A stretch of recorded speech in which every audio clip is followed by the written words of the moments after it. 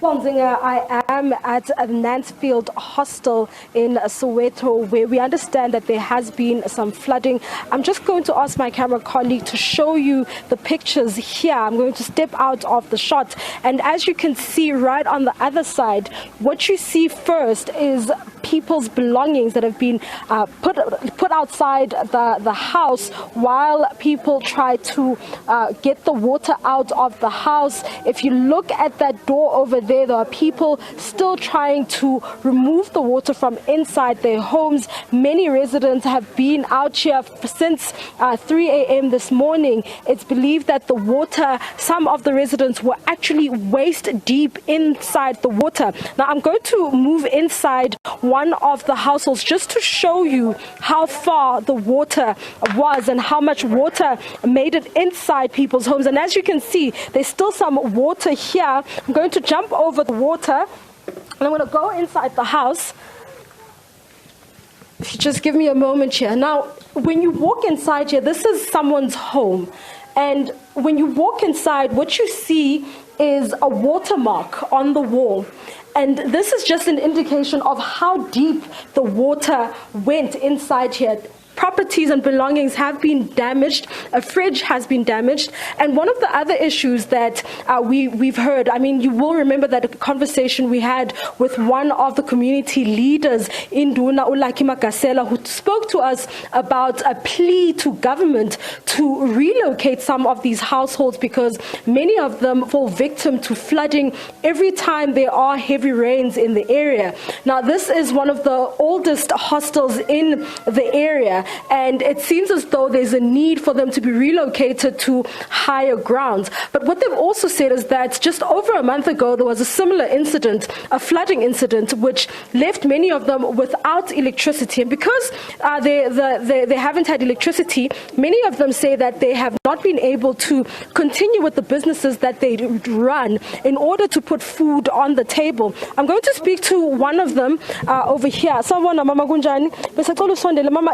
lakho leli siyalibona kancane nje mama ngikuzwile ukhuluma kancane ukhuluma ngebhizinisi ukuthi kuba nzima ukuthi uqhubeke mhlambe ukuthi ubeke ukudla etafuleni nokuthi usize umndeni wakho ngenxa yokuthi ugesi awukho awusichazele kabanzi ukuthi ugesi sokuyisikhathi singakanani ningenawo nokuthi mhlambe futhi umsebenzi obuwenza ubunjani.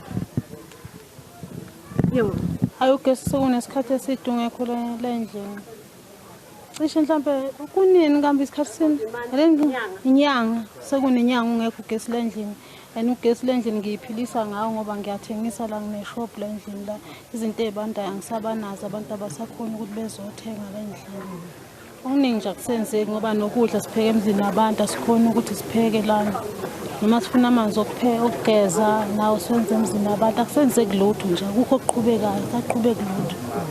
There you have it, one of the residents just talking about the fact that they've had to close down their shop, shut down their shop because they haven't had electricity since the last flooding that happened here in the area. Electricity has not been restored since then, and they have now had to resort to asking relatives and neighbors in order to be able to cook and put food on the table on a daily basis. I just want to show you the ground. I mean, when you look on the ground, you know, it's extremely wet, and this is not the only area. It stretches all the way to the top of the area, and it seems as though, as they say, that the issue here is a nearby dam that floods quite frequently and lets water down a stream, leading all the water to this area, affecting most of the houses and the households that are on this side of the hostel. Now, as you have seen, there are some of those who are still just trying to gather their lives and trying to, you know, return to some sense of normalcy, removing the water from inside the house using a bucket and anything that they can find. And many of their belongings are still left outside, some of them damaged, really unclear if they'll ever be able to use them after what happened. We understand that there's also a fridge and electronic appliances that have also been damaged in the process, and it's unclear what's going to happen thereafter. There are some residents residents who are pleading for some form